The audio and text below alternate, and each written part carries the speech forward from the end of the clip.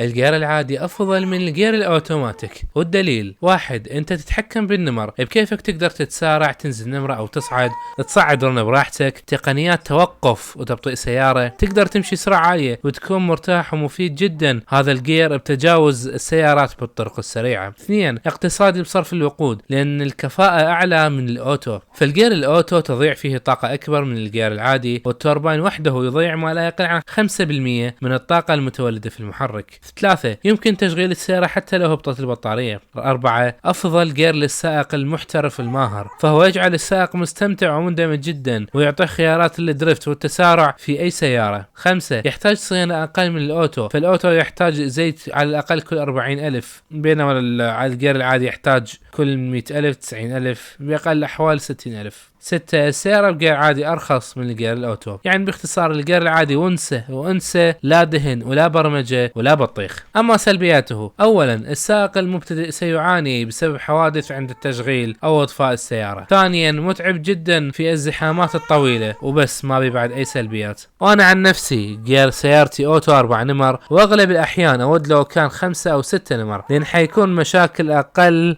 وأعطال أقل وأنشط وأقل صرفا للوقود. وانت يا جير ترغب، العادي لو الأوتوماتيك؟ لا تنسى تتابع القناة وشارك الفيديو ويا أصدقائك.